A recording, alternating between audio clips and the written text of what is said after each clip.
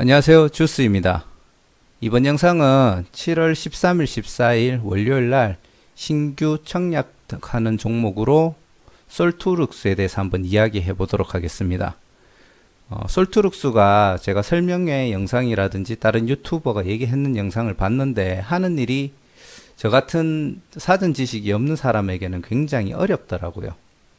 그래서 나름대로 어떤 일을 하는지에 대해서 정리를 하고 요약을 했는데, 간단하게 이야기를 하자면 인공지능 그리고 빅데이터 관련된 정보를 수집을 하고 그 관련된 소프트웨어를 라이센서를 받아서 판매를 하는 기업이라고 보시면 됩니다. 향후에는 라이센서 같은 경우에는 내가 필요 없는 기능 같은 거나 그런 게 있을 거 아니에요. 그런 걸 다 팔아야 되는데, 이제 미래에는 클라우드 시스템이라고 해가지고 소비자들이 자기가 원하는 것만 골라서 사용할 수 있는 이제 그런 이제 판매 경로를 개척할 예정이고요. 거기에서 이제 전 세계적으로 현재 그 솔트룩스 같은 경우가 전 세계적으로 그 인공지능이나 빅데이터 관련된 원천 기술을 가장 많이 가지고 있기 때문에 전 세계적으로 글로벌하게 성장할 수 있는 기업이라고 합니다. 그래서 전 세계 1억 명 이상의 인구가 자기들의 기술을 클라우드 방식으로 사용하게끔 만드는 게 목표랍니다. 그래서 뒤에 얘기는 하겠지만 4차 산업이라든지 언택트 관련된 이런 쪽에서 많은 혜택을 받고 성장할 가능성이 있는 기업이다. 그 정도로만 이 기업을 1차적으로 이해를 하시고 뒤에 내용을 들으시면 될 것 같아요. 아시겠죠? 자, 다음 영상으로 넘어가면은, 자, 인공지능에 대해서 간단하게 이야기를 드리는데, 인공지능이 현재 1세대, 2세대, 3세대로 지금 넘어오고 있는 중이랍니다. 1세대 같은 경우에는 제가 이거는 따로 더 알아보진 않았었어요. 그냥 지식 표현과 추론이라는 걸로 봐서는 인간들이 가면 좀 이상하네요. 사람들이 데이터를 입력을 해놓으면 거기에 맞춰가지고 정해진 값을 그냥 도출해내는 정도라고 생각을 하고 있고요. 정확하진 않을 수 있습니다. 요거는 현재 중요하지 않다고 판단해서 제가 더 이상 알아보진 않았고요.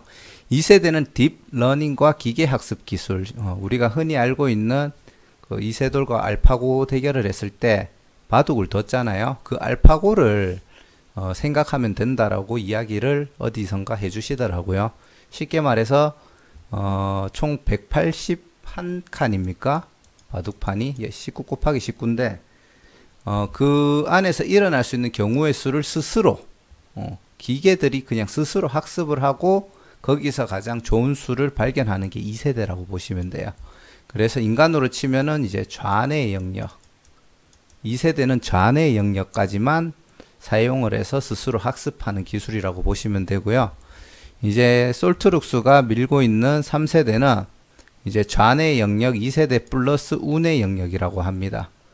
인간들이 말하는 언어라든지 이런 것들을 듣고 이제 스스로 생각을 할 수 있는 수준에까지 가는 거라고 보시면 되고요. 논리와 귀납적 추론이 가능하다고 합니다. 제가 뇌 관련해서 옛날에 공부를 좀 했었는데 좌뇌는 논리면은 우뇌는 감성이라고 하거든요. 아, 너무 행복하다, 좀 추상적인 표현들 있잖아요. 그런 것들을 구현해내는 게 아닌가라고 생각을 합니다. 근데 과연 잘 될 수 있을까라는 생각이 좀 들기는 해요. 아무튼 그래서 논리와 귀납적 추론 등이 가능하다. 사람의 말에 90% 이상 수준으로 말을 알아듣고 그리고 생각을 똑같이 할 수 있는 그런 인공지능을 개발할 수 있는 기업이라고 합니다. 국내에서는 3세대 인공지능에 관한 기업은 솔트룩스가 유일하다고 하고요. 그리고 2000년도에 창업을 했었는데 이경일 대표였죠. 제가 지금 대표자 명이 갑자기 좀 헷갈린데, 아무튼 대표자님이 과거에 그 인공지능 관련 회사를 하나 만들어서 대학교 4학년 때 만들어서 그거를 이제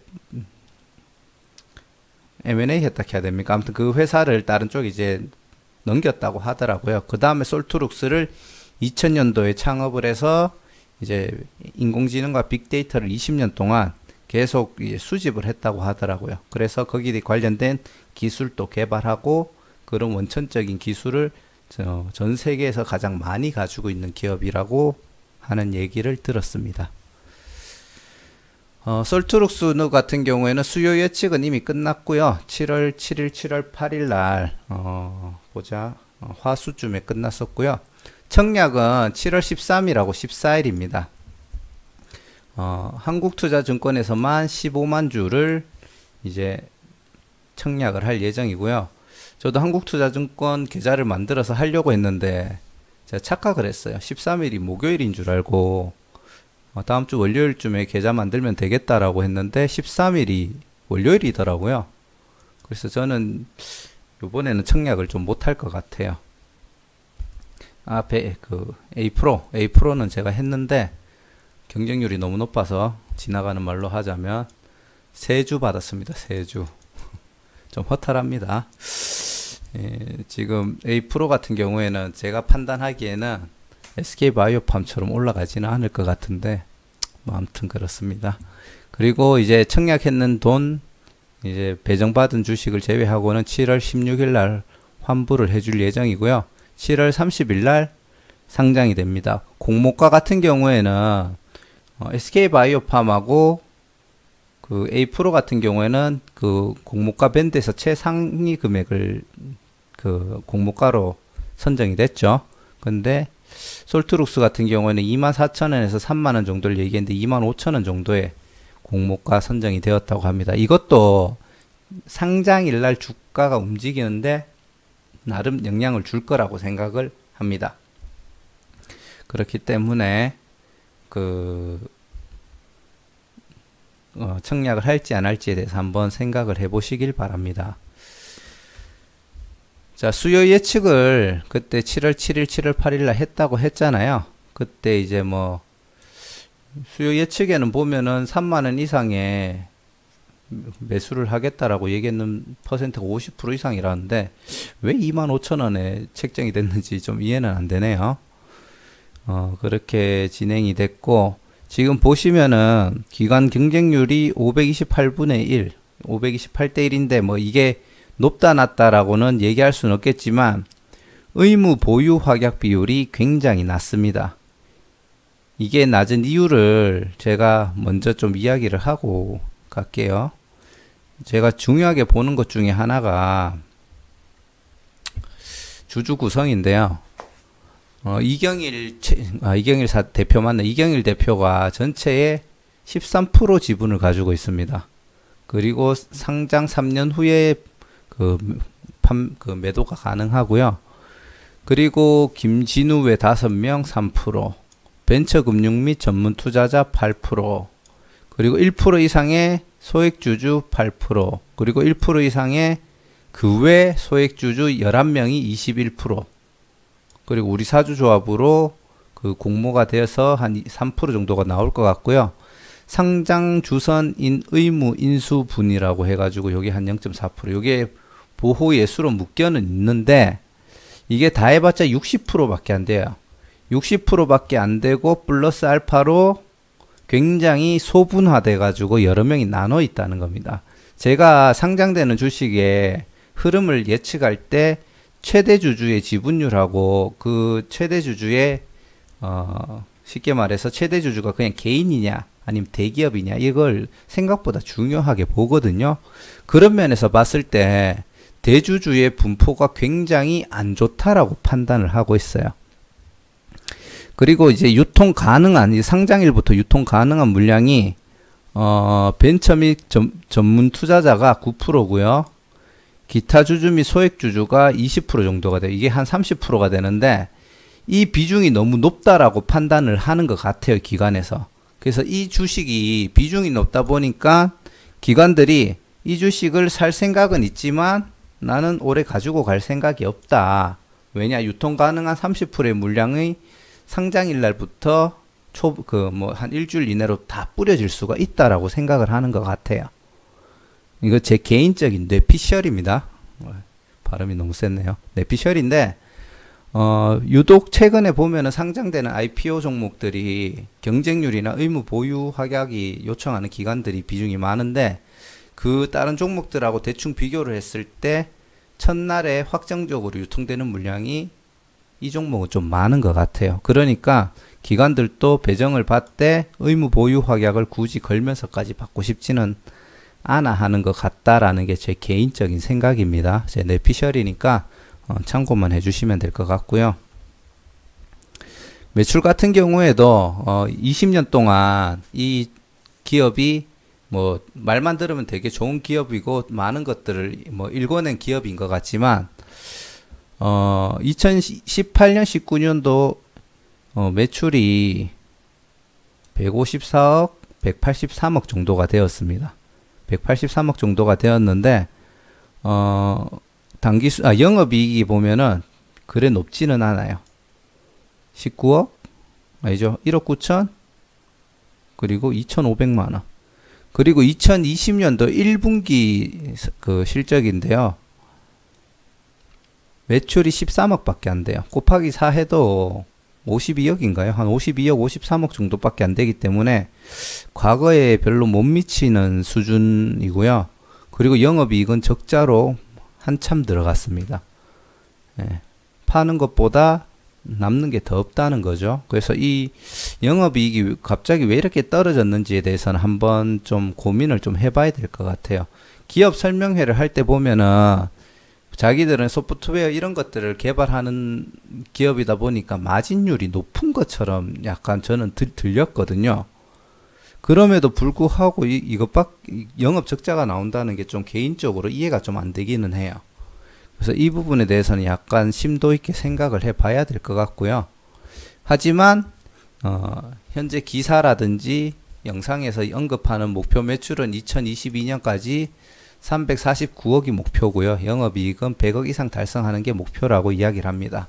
만약에 이게 정말 목표대로 실현이 될 것 같으면은 상장하는 날 시초가에서 가격이 떨어지면 바닥에서 무조건 주워서 장기 투자를 해야 된다라고 생각을 하죠. 근데 IPO 관련된 기업 설명회 영상을 최근에 계속 챙겨보고 있는데 들어보면 전부 다 장기 투자해야 될 것 같은 느낌은 많이 들더라고요. 일단 그렇습니다. 자, 성장성은 과거 4년 동안 매년 매출이 23%씩 성장을 했답니다. 예, 평균적으로 23%씩 성장을 했는데 왜 적자인지는 아직도 좀 이해가 안 됩니다. 그리고 상장 후에 5년간 매년 26에서 27%씩 성장하는 것을 목표로 잡고 있답니다. 그래서 어떻게 그런 목표를 실행을 해가려고 하냐면은 상장 후에 자율주행 자동차, 헬스케어, 제가 핀테크는 정확히 뭔지는 모르겠어요. 핀테크 등의 시장에 이제 곳곳에 자기들 기술력을 이제 흡수시키는 게 목표고요. 그렇게 되면은 뭐 이런 식으로 성장할 수가 있고 아까 봤던 349억에 100억 정도의 영업이익이 발생할 수 있다라고 이야기를 하는 것 같고요. 그리고 시장 곳곳에서 인공지능을 접하게 하는 것이 목표랍니다. 그리고 한국판 뉴딜이 현재 5년간 계획에 100조를 투자하겠다라는 이제 계획이 있고요. 디지털 뉴딜의 이제 수혜주로 혜택을 받을 수 있을 걸로 같은데 2020년에 디지털 뉴딜에 2조 7천억 정도가 투입이 될 예정이랍니다. 그래서 그 관련되어서 수혜를 좀 받을 수 있을 것 같고요. 그리고 아무래도 요즘에 사회적인 분위기가 뭐 팬데믹 위험도 있고 그리고 언택트, 4차 산업 이런 쪽이 가장 지금 관심을 받고 있잖아요. 그래서 거기에 그 사업들의 중심 기술이 될 가능성이 높다. 이거는 이제 장점으로 판단이 됩니다. 인공지능 3세대로 가기 위한 세계 최대의 원천 기술을 가지고 있다고 하고요. 뭐 특허 신청 132개 중에 70개의 특허를 취득했다라고 합니다. 그리고 2025년까지 라이센스가 아닌 인공지능 클라우드 비즈니스로 전 세계 1억 명 이상의 생활권 속으로 들어가는 게 목표랍니다. 현재 20년 동안 이제 솔트룩스가 가지고 있는 고객사가 이제 국내 정부와도 연관이 좀 있고요. 삼성전자, 현대자동차, NH농협은행과도 거래가 있습니다. 그리고 미국, 일본, 베트남의 법인이 이제 개설이 되어 있는 상태고요. 20년간 1,500여 개의 국내외 기업 쪽에 이제 그 라이센스를 공급하면서 예, 매출을 올린 실적이 있다는 점 참고하시고요. 솔트룩스 같은 경우는 기술 특례 상장하는 종목입니다. 기술 특례 상장 같은 경우에는 장점이 뭐냐면 일반적인 기업들은 4년 연속 적자가 되면 관리 종목에 들어가게 되고요. 5년 연속 적자가 되게 되면은 이제 상패 이제 절차를 밟게 되는데, 그래서 보통 4년 연속 적자 되는 기업들이 5년 차쯤 되면은 마지막 3분기, 4분기 때 어떻게든 흑자를 내기 위해서 오만 수단과 방법을 가리지 않는다고 하더라고요. 근데 기술 특례 상장돼 있는 종목은 이런 상패 절차가 없습니다. 그냥 계속 적자가 나더라도 이제 그냥 그 기업은 살려두는 거예요. 우리 특히 바이오 종목 생각하시면 되거든요. 바이오 같은 경우에는 미래 가치 사업으로 이제 판단이 되고 거기에 대한 기술력을 가지고 있는 기업들을 기술 특례 상장을 많이 시키죠. 그러다가 잘 되면은 대박 나는 거기 때문에 솔트룩스도 이제 그런 미래에 대한 먹거리가 잘 됐을 때 매우 크기 때문에 이제 기술 특례 상장을 한다고 보면 됩니다. 근데 우리나라의 코스피 코스닥에 상장된 68%, 한 70%가 기술 특례 상장을 한 다음에 3년 연속 적자를 기록을 한다고 하더라고요. 그래서 솔트룩스가 예외가 될 수 있을지는 모르겠지만 기술 특례 상장했던 종목들 기준으로 봤을 때는 조금 그 본인들이 말하는 목표대로 흘러갈 수 있을지는 조금 의문입니다. 이건 단점이고요. 그리고 아까 얘기 드렸던 대주주 지분율이 낮고입니다. 죄송합니다. 낮고 소액주주가 다수인 점이 좀 안 좋다. 아까 보여드렸죠. 그 설명을 하기 위해서 제가 다시 한 번 더 넣은 거고요. 그리고 개인한테 배정되는 지분율도 굉장히 낮다는 점 참고하시고요. 자, 이제 전체적으로 한번 정리를 하겠습니다. 자, 중장기적으로 성장 가능성은 좀 높을 것 같습니다. 왜냐하면 시대적 흐름, 4차 산업이 지금 오고 있고, 한국판 뉴딜 언택트, 그리고 아까 다양한 기술력 쪽에 인공지능 3세대가 이제 4차 산업에 투입될, 그러니까 4차 산업에 인공지능 3세대가 투입될 가능성이 굉장히 높죠. 그리고 거기에 대한 세계적으로 원천 기술을 가장 많이 보유를 하고 있다. 이건 정말 장점인 것 같아요. 그리고 20년간 경력도 있고 글로벌 기업으로 성장할 수 있는 발판은 이미 마련되어 있는 점은 굉장히 큰 장점인 것 같아요. 하지만 요 세 가지 이야기했던 자율주행 자동차, 헬스케어, 핀테크는 기본적으로 이제 꼭 기술이 도입이 되어서 성과로 연결이 되어야지 크게 성장할 수 있다라고 생각을 합니다. 시초가까지는 이 종목이 괜찮을 거는 같아요. 이제 크게 많이는 아니더라도 시초가까지는 어찌됐든지 간에 공모가보다 약간은 올라간 상태에서 시작을 할 것 같은데 첫날부터 바로 흘러내릴 가능성에 대해서 개인적으로 좀 있다라고 봅니다. 왜냐? 기관 의무 보유 확약이 낮고 그 낮은 이유에 대해서 개인적인 뇌피셜을 풀어드렸죠. 그래서 공모가는 높게 잡아놓고 기관들이 차익 실현을 하려고 덤벼들 것 같은 약간 그런 흐름으로 갈 것 같은 느낌이 좀 있습니다. 꽤나 장기간 흘러내릴 가능성이 있다. 하지만 이제 성과 같은 게 좀 나온다든지 그런 호재가 붙으면 그때부터 우상향을 그릴 수 있지 않을까. 중장기적으로 그렇게 보고요. 그건 이제 높은 유동성을 이제 기준으로 제가 생각하고 있는 부분이고요. 최대 주주의 비율이 낮고 소액 주주가 너무 많고 이거 단점이죠. 그리고 일반 투자자는 기관 투자자의 비중이 낮다는 점도 문제입니다.